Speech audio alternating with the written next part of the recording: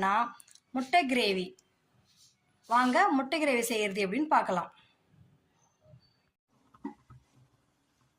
எண்ணெய் நல்லா சூடானதுக்கு அப்புறமா 4 ஏலக்காய், 5 கிராம்பு, 2 பட்டை துண்டு, 1 ஸ்பூன் சோம்பு இதெல்லாம் நம்ம ஆட் பண்ணிக்கலாம்.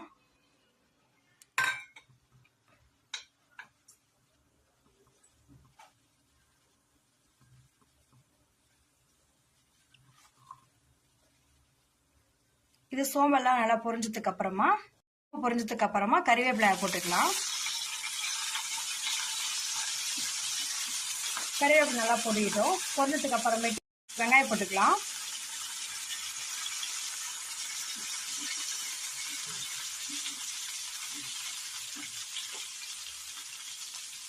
அப்படியே வெங்காயம் போட்டு தக்காளி அதோட சேர்த்துக்கலாம்.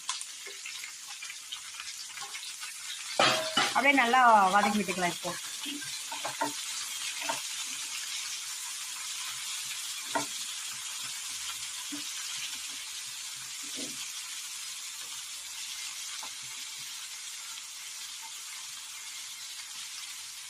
டூ மினிட்ஸ் கழிச்சு பார்க்கலாம்.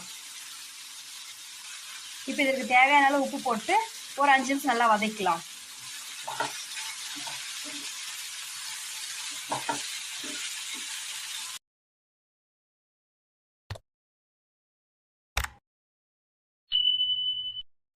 இப்போ பாருங்க, நம்ம மிக்ஸி ஜாரில் அரைச்சி எடுத்தாச்சு.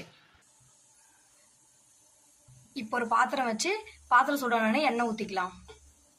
எண்ணெய் ஒரு 4 ஸ்பூன் விட்டுக்கோங்க. எண்ணெய் கொஞ்சம் அதிகமாக விட்டால் தான் கிரேவி நல்லா வரும். இப்போ எண்ணெய் நல்லா சூடானது சீரகம் ஆட் பண்ணிக்கலாம். 2 ஸ்பூன் சீரகம். சீரகம் நல்லா பொரிஞ்சதுக்கு அப்புறம் 2 ஸ்பூன் இஞ்சி பூண்டு பேஸ்ட் போட்டுக்கலாம்.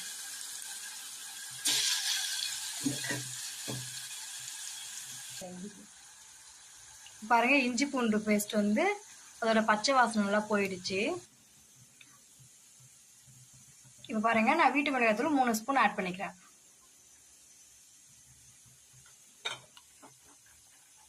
பாருங்க, நல்லா அந்த பச்சோட அந்த வாசனைலாம் போயிடுச்சு.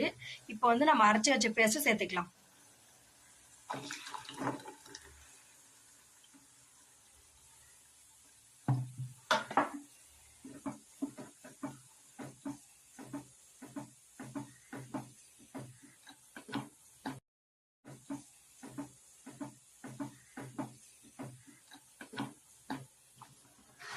ஃபர்ஸ்ட் நம்ம வெங்காயம் தக்காளி வதங்கும் போது கொஞ்சம் உப்பு போட்டுங்க. இப்போ நம்ம கிரேவிக்கு தேவையான அளவு உப்பு போட்டுட்டு உப்பு செக் பண்ணிக்கலாம்.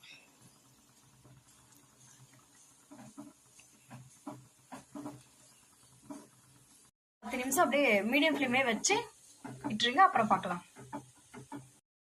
இப்போ 10 நிமிஷம் கழிச்சு நம்ம ஓப்பன் பண்ணி பார்க்கலாம்.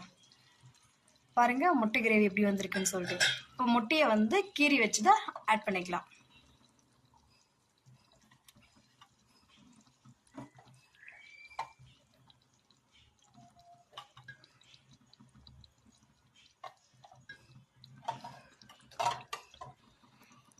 இப்போ மூடி வச்சிடலாம். 2 மினிட்ஸ் கழிச்சு நம்ம ஓப்பன் பண்ணி பார்க்கலாம். இப்போ வாங்க, நம்ம 2 மினிட்ஸ் கழிச்சு ஓப்பன் பண்ணி பார்க்கலாம். பாருங்க, முட்டை கிரேவி எப்படி வந்திருக்குன்னு சொல்லிட்டு. எண்ணெய் இது மாதிரி நல்லா. இப்போ பாருங்க, சுவையான முட்டை கிரேவி ரெடி. நீங்க உங்க வீட்டில் செஞ்சு பாருங்க. உங்களுக்கு பிடிச்சிருந்தா லைக் பண்ணுங்க, ஷேர் பண்ணுங்க, கமெண்ட் பண்ணுங்க.